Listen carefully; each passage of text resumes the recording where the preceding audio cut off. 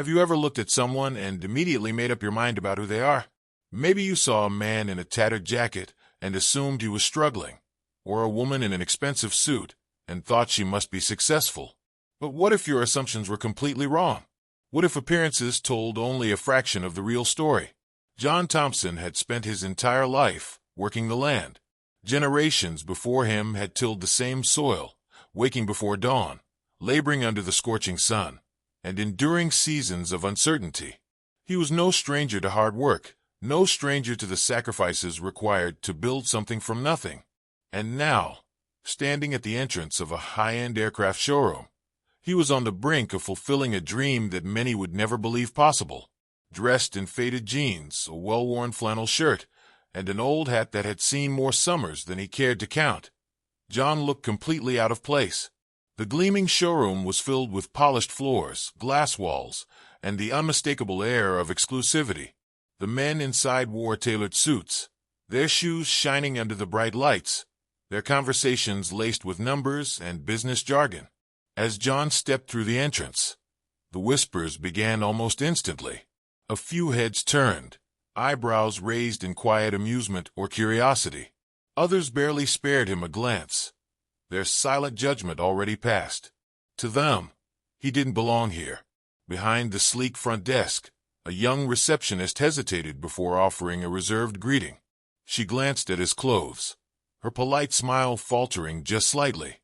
But it wasn't until the salesman, Mr. Richard Barnes, strode over that the full weight of their assumptions became clear. Barnes was a man who prided himself on reading people.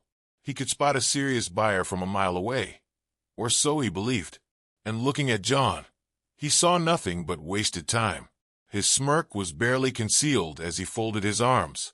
"Can I help you?" he asked, his tone flat, uninterested. John, unfazed by the reception, nodded. "I'd like to take a look at your jets."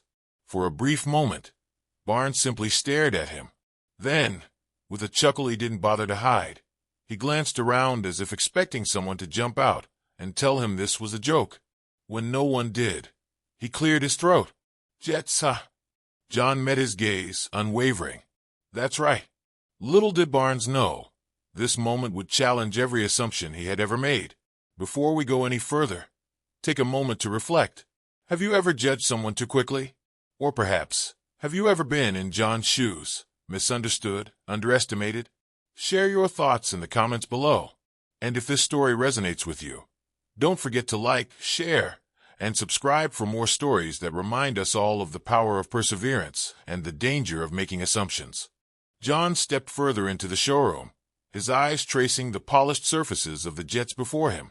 He had always dreamed of this moment, standing among these engineering marvels, ready to make a purchase that would change his business forever. He had worked tirelessly for years, building his farm into a thriving operation, and now, air travel was the next logical step. As he approached the front desk, the young receptionist's fingers hesitated on her keyboard. She glanced up, scanning John's rugged attire before composing herself. "Good morning, sir. How can I assist you today?" Her voice carried the slightest tremor, as if uncertain whether he had wandered in by mistake. John met her gaze with an easy smile. "Morning. I'm looking to buy a jet for my farm operations. Need something reliable, good range." The receptionist's lips twitched as she fought back a reaction. Instead, she quickly signaled to a man standing a few feet away, Mr. Richard Barnes, the senior salesman. With practiced ease, Barnes strolled over, his well-tailored suit crisp and immaculate. His expression, however, was anything but welcoming. He took one look at John's worn jeans and calloused hands before allowing a smirk to flicker across his face. "You're looking to buy a jet?"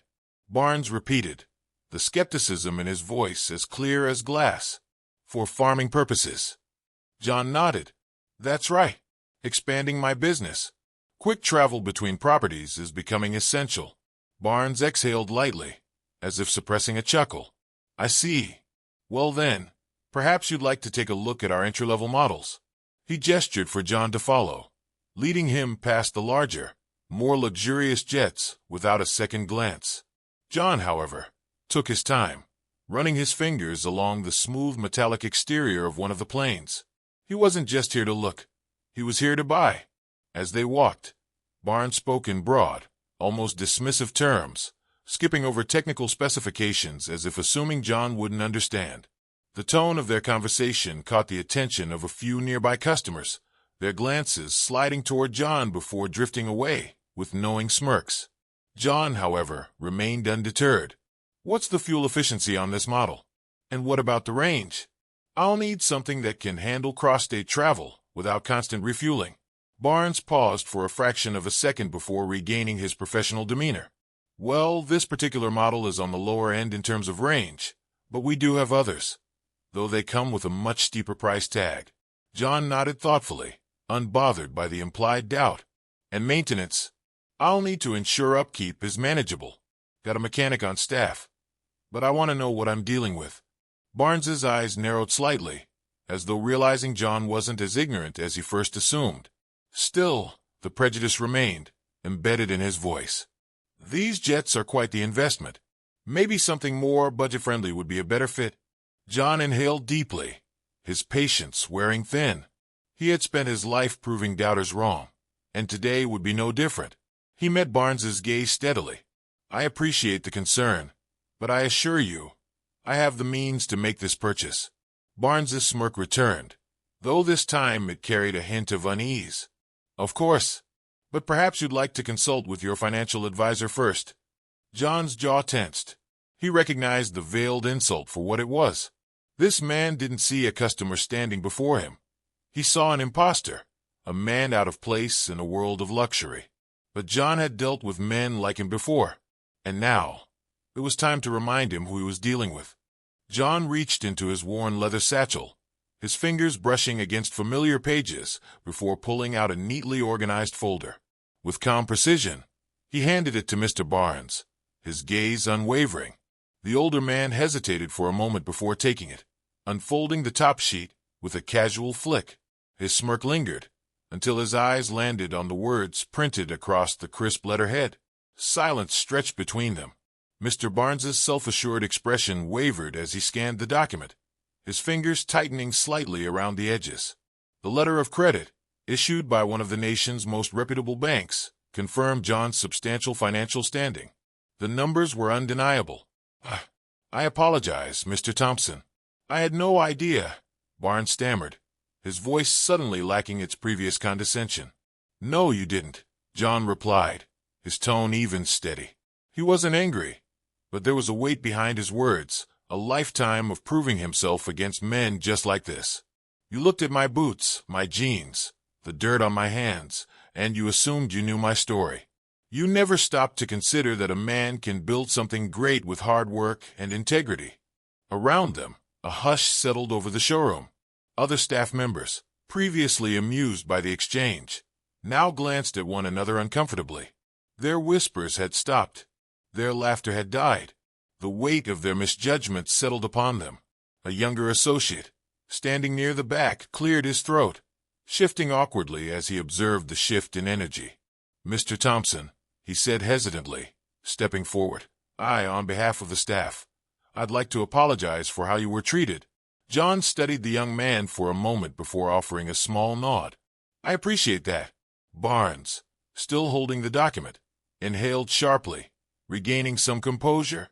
"Mr. Thompson, I'd be honored to personally assist you in selecting the right aircraft for your needs." John exhaled slowly, then shook his head. "I appreciate the offer, but I believe I'll take my business elsewhere." Barnes blinked, stunned. "Sir, please, we can offer." John raised a hand. "I don't do business with people who respect me only after they see my bank account. Respect should come first." A slow, knowing smile spread across his face as he turned toward the exit. The lesson had been delivered. Whether or not they learned from it, that was up to them. The room grew still as John slowly tucked the folder back into his satchel. The weight of silence pressed down on everyone present, none more than Mr. Barnes, who now fidgeted, clearly struggling to regain his composure. "I'm terribly sorry, Mr. Thompson," he stammered, his voice thinner than before. "We, certainly did not mean to offend you." John tilted his head slightly, his sharp gaze locked onto Barnes. "Did you not?" His voice was steady, measured, but firm. "Because from the moment I stepped into this showroom, you and nearly everyone else here assumed I didn't belong." Murmurs that had been buzzing around the showroom moments ago faded into an uneasy hush. Customers who had chuckled behind their hands at John's presence now looked uncomfortable, some shifting in place, others looking down, as if the floor had suddenly become of great interest.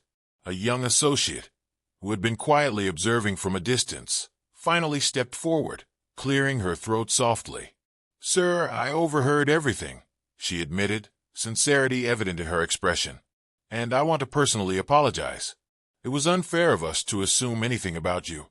John gave her a small nod, his expression softening slightly. "It's not just about me," he said. "This happens every day, to people who don't fit society's idea of what wealth and success should look like. But let me be clear. I built my business from the ground up, through years of sweat, grit, and sacrifice. I don't need a suit to prove my worth." His words carried weight, the truth of them settling over the room like a heavy blanket. A few customers, those who had been silent observers to the unfolding drama, found themselves nodding in quiet agreement. John exhaled and turned his attention back to Barnes. "Now, the question is, do you still want my business?" Barnes swallowed hard and straightened, attempting to salvage his professionalism. "Yes, of course," he said quickly, a nervous enthusiasm creeping into his voice. "We would be honored to assist you in purchasing the jet of your choice." John studied him for a beat, then shook his head. "No," he said simply, his tone resolute. A ripple of disbelief moved through the showroom. Barnes's eyes widened. "But, sir—" John raised a hand, cutting him off. "I do business with people who respect others, regardless of how they look. And I think your competitor down the hall would appreciate my business more." Without another word, he turned on his heel and walked toward the exit. The receptionist, the young associate, and several other employees watched him go, their expressions a mixture of admiration and regret. As John stepped outside, the cool air filling his lungs, a man in a crisp gray suit approached him. "Mr. Thompson?" John looked up. "Yes." The man extended his hand. "I'm David Carter, the sales director at the aviation showroom next door. I couldn't help but overhear what happened back there. If you're still interested in purchasing a jet, we'd be delighted to assist you, with the respect you deserve." A slow, knowing smile spread across John's face. "Now that," he said, clasping Carter's hand firmly, "is how you do business." With a nod, the two men turned and walked toward a different showroom, one where respect was given before judgment was passed. John stepped into the new showroom, immediately sensing the difference. The air was lighter, the atmosphere welcoming.